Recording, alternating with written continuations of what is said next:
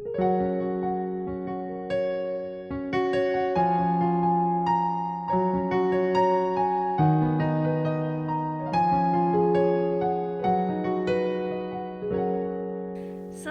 hari Minggu. Selamat pagi. Apa kabar hari ini? Pada saat ini kita ada dalam ibadah hari Minggu di rumah masing-masing. Dan berharap semua kita yang ada di rumah merasakan sukacita karena keadaan kita ada di dalam keadaan yang sehat dan di dalam sukacita karena keadaan yang sehat itu kita mau merenungkan firman Tuhan. Pada saat ini kita merenungkan firman Tuhan yang terdapat di dalam Perjanjian Baru, Injil Yohanes pasal 2 ayat 1 sampai dengan ayatnya yang ke-11. Mari kita mempersiapkan pembacaan Alkitab yang terdapat di dalam Injil Yohanes pasal 2 ayat 1 sampai ayatnya yang ke-11. Kemudian mari kita sekarang berdoa memohon pertolongan Roh Kudus di dalam pemberitaan firman Tuhan ini. Kita berdoa. Kami mengucap syukur pada hari ini, hari Minggu kedua sesudah Epifania, tanggal 17 Januari 2021. Kami memohon kepadamu, ya Allah di dalam Roh Kudus, memimpin kami, memampukan kami di dalam merenungkan firman Tuhan, agar supaya kami dapat menghayatinya dan kemudian melaksanakannya di dalam kehidupan kami. Firman Tuhan sebagai pedoman di dalam kehidupan kami dan juga sebagai dasar untuk kami melangkah, bersikap, dan juga bertindak. Inilah doa dan permohonan kami. Ungkapan syukur kami kepadamu ya Allah. Di dalam nama Tuhan Yesus Kristus kami sudah berdoa. Amin. Pembacaan Alkitab pada hari ini terdapat di dalam Injil Yohanes pasal 2 ayat 1 sampai dengan ayat yang ke-11 yang menyatakan, pada hari ketiga ada perkawinan di Kana yang di Galilea dan ibu Yesus ada di situ. Yesus dan murid-muridnya diundang juga ke perkawinan itu. Ketika mereka kekurangan anggur, ibu Yesus berkata kepadanya, mereka kehabisan anggur. Kata Yesus kepadanya, mau apakah engkau daripadaku ibu? Saatku belum tiba. Tetapi ibu Yesus berkata kepada pelayan-pelayan, apa yang dikatakan kepadamu, buatlah itu. Di situ ada 6 tempayan yang disediakan untuk pembasuhan menurut adat orang Yahudi. Masing-masing isinya 2-3 buyung. Yesus berkata kepada pelayan-pelayan itu, isilah tempayan-tempayan itu penuh dengan air, dan mereka pun mengisinya sampai penuh. Lalu kata Yesus kepada mereka, sekarang cedoklah dan bawalah kepada pemimpin pesta. Lalu mereka pun membawanya. Setelah pemimpin pesta itu mengecap air yang telah menjadi anggur itu, dan ia tidak tahu dari mana datangnya, tetapi pelayan-pelayan yang mencedok air itu mengetahuinya. Ia memanggil mempelai laki-laki dan berkata kepadanya, setiap orang menghidangkan anggur yang baik dahulu, dan sesudah orang puas minum, barulah yang kurang baik. Akan tetapi engkau menyimpan anggur yang baik sampai sekarang." Hal itu dibuat Yesus di Kana yang di Galilea sebagai yang pertama dari tanda-tandanya, dan dengan itu ia telah menyatakan kemuliaannya, dan murid-muridnya percaya kepadanya. Demikian pembacaan Alkitab.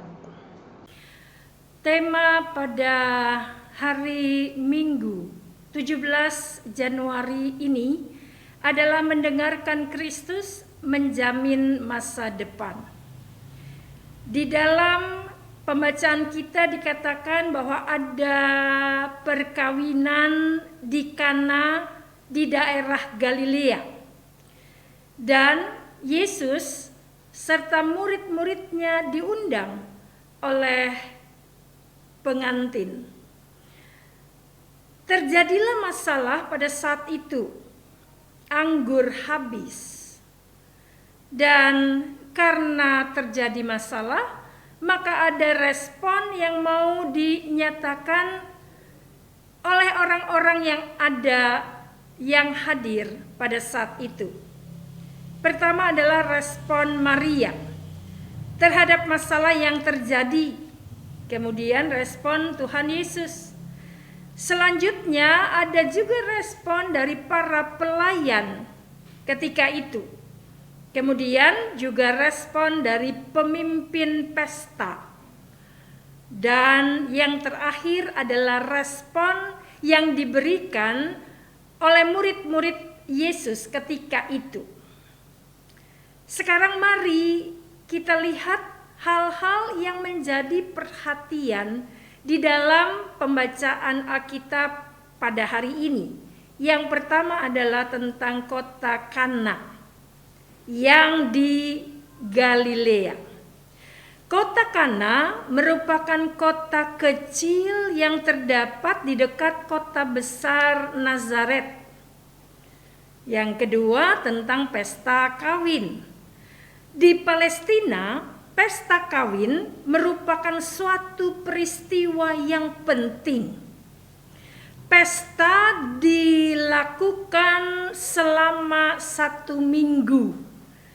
Dan selama 1 minggu itu, rumah si pengantin harus selalu terbuka bagi pengunjung, bagi yang diundang.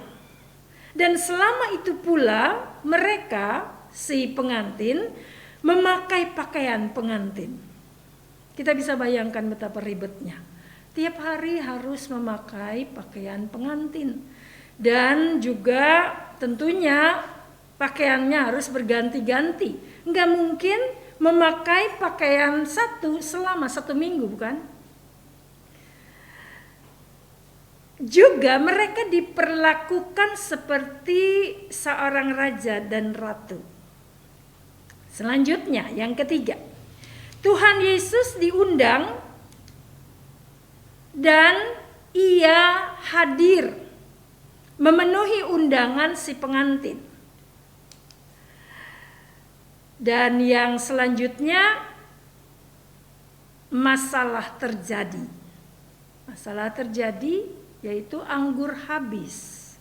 Sementara anggur merupakan minuman yang sangat penting di dalam pesta orang Yahudi.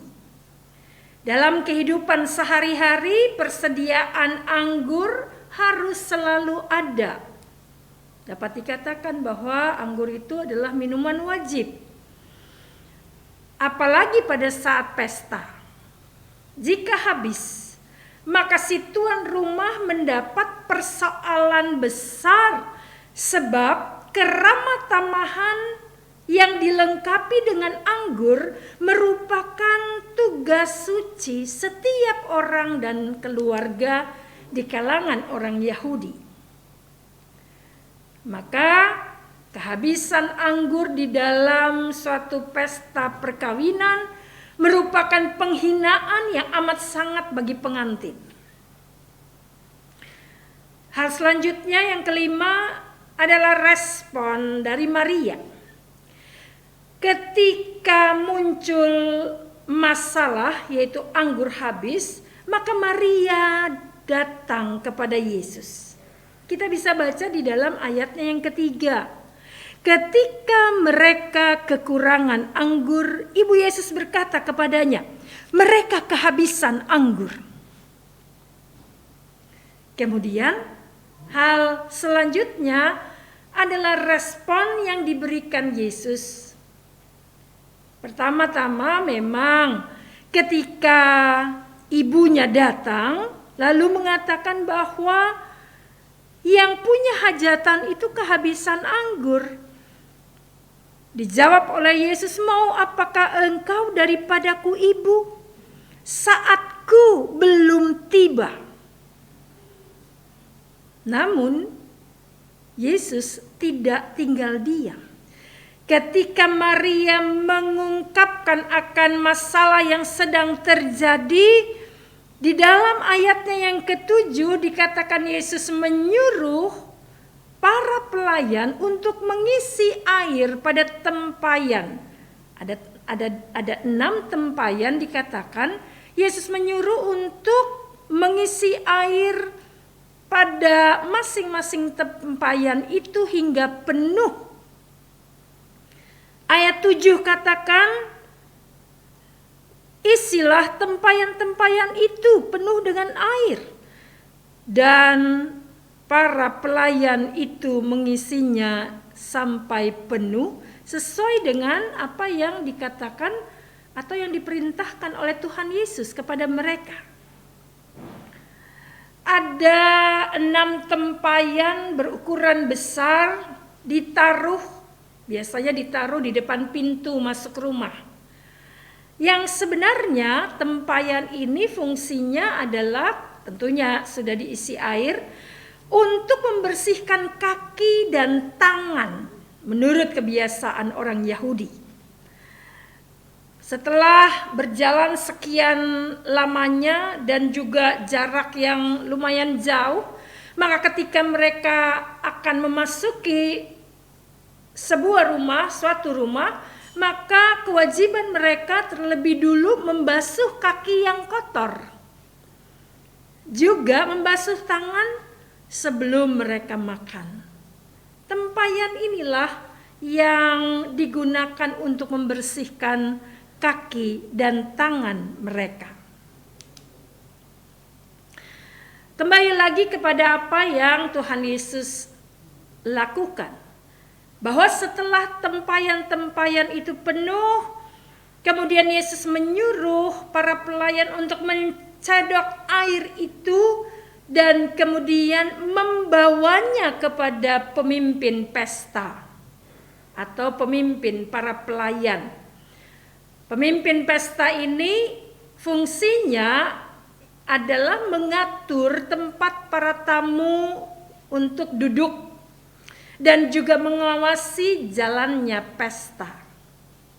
Ternyata setelah air yang dicedok oleh para pelayan kemudian dibawa kepada pemimpin pesta, air itu telah berubah menjadi anggur.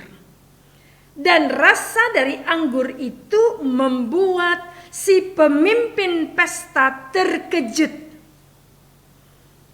Itulah respon dari pemimpin pesta. Yang selanjutnya, hal yang ke-7, para pelayan dikatakan mematuhi perintah Yesus. Yesus bilang, isilah, cedoklah, bawalah. Dan itulah yang dilakukan oleh mereka. Mereka tidak komplain, mereka tidak bertanya, mereka langsung melakukan apa yang dikatakan oleh Tuhan Yesus kepada mereka. Dan melalui semuanya itu, untuk pertama kalinya Yesus menyatakan kemuliaannya pada pesta perkawinan. Dan yang terakhir, respon dari murid-murid Yesus yang terdapat di dalam ayat yang ke-11. Pada kalimat yang terakhir dikatakan, dan murid-muridnya percaya kepadanya. Jadi melalui apa yang Tuhan Yesus lakukan, murid-muridnya semakin mengenal Yesus. Dan mereka percaya bahwa Yesus memiliki kuasa yang besar. Saudara-saudari, Bapak, Ibu yang dikasihi oleh Tuhan Yesus Kristus. Yang kita dapatkan dari firman Tuhan hari ini adalah yang pertama tentang Yesus ada, hadir. Karena ia diundang oleh si pengantin. Jadi ada inisiatif yang dilakukan oleh kedua mempelai untuk mengundang Yesus. Dan kemudian Yesus meresponinya dengan kehadirannya. Yang kedua, bahwa Yesus ada dalam sukacita kedua mempelai. Dan kita mau mengaminkan bahwa ketika Yesus ada hadir di dalam rumah tangga, maka Yesuslah sumber sukacita. Hal yang ketiga, yaitu mujizat terjadi di dalam perkawinan. Mujizat terjadi di dalam rumah tangga, dan melalui mujizat ia menyatakan kemuliaannya. Kita diajak untuk memahami dan menghayati melalui firman Tuhan pada hari ini bahwa rumah adalah tempat kebaikan Yesus dinyatakan. Bahwa Yesus sedia menyatakan kuasanya di dalam rumah tangga. Yesus hadir untuk menolong dan menyelamatkan rumah tangga yang baru dibentuk dari pandangan atau penilaian orang yang negatif pada waktu itu jika anggur itu habis. Hal ini juga berlaku di dalam kehidupan rumah tangga saudara dan saya. Berlaku kebaikan Yesus di dalam rumah tangga kita. Jika saudara dan saya mengundang Yesus hadir di dalam rumah tangga. Ia sedia hadir, sama seperti yang ia lakukan di dalam pesta perkawinan di Kana. Ia juga sedia hadir, menolong dan menyelamatkan rumah tangga kita pada saat badai atau persoalan terjadi di tengah-tengah rumah tangga. Ia sedia menyatakan mujizat jika kita mengandalkan kuasanya. Hal selanjutnya yang keempat, bahwa kehadiran Yesus di dalam rumah tangga menghadirkan kualitas yang baik di dalam relasi. Dalam artian komunikasi yang sehat, iman yang sehat. Dan hal ini menghadirkan dalam komunikasi yang sehat, iman yang sehat, menghadirkan suasana nyaman, aman, dan juga indah, sehingga suasana yang nyaman, indah, dan aman itu menimbulkan rasa sukacita. Dengan demikian, saudara dan saya dapat menikmati suasana di tengah-tengah rumah tangga kita. Menikmati suasana nyaman, aman, dan indah yang menimbulkan sukacita, sehingga hidup menjadi hidup. Hidup kita menjadi bergairah, hidup kita menjadi dan menghadirkan semangat dan juga hidup yang menyenangkan. Jauh dari suasana membosankan dan jauh dari suasana yang tidak menarik. Suasana nyaman dan rasa sukacita itu akan menambah imun dan juga iman kita. Bahwa saudara dan saya semakin mengandalkan kuasa-Nya. Suasana nyaman dan sukacita itu boleh kita nyatakan, kita rasakan, utamanya pada saat-saat seperti sekarang ini, pada saat pandemi virus yang terus atau masih berlangsung, yang semakin hari semakin kita merasa bosan dengan keadaan yang seperti ini karena merasa tidak bebas. Namun kita mau melihat, mau berusaha untuk memahami bahwa ketika kita mau berusaha untuk berkomunikasi yang sehat tentunya, maka kita mau menghadirkan suasana yang nyaman itu. Dan kalau sudah nyaman gak ada rasa bosan.